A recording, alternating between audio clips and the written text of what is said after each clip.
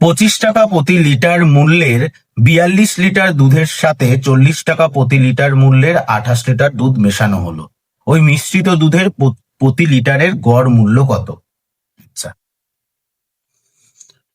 25 টাকা প্রতি মূল্যের 42 লিটার দুধ মেশালাম, তাহলে 42 লিটার 1 লিটার দুধের দাম যদি 25 টাকা হয়, তাহলে 42 লিটার দুধের দাম কত? 25 দুগুণি 50 আর 0 হাতে 5, 25 4 100 আর 5 105। আর পরে বলছে 40 টাকা প্রতি লিটার মূল্যের 28 লিটার দুধ। 28 লিটার দুধ, 40 টাকা প্রতি মূল্যের 28 লিটার দুধ। তাহলে এবার গুণ করি, 0 0 8 4 32 2 হাতে 3, 4 দুগুণি 8 11। তাহলে মোট কত টাকা হচ্ছে? 0 5 আর 2 7, 1 2 1 7 0। বলছে গড় কত? তাহলে মোট কত হলো? 42 লিটার আর 28 লিটার যোগ করলে কত হচ্ছে? 42 70। তাহলে এইটা হচ্ছে টোটাল টাকা।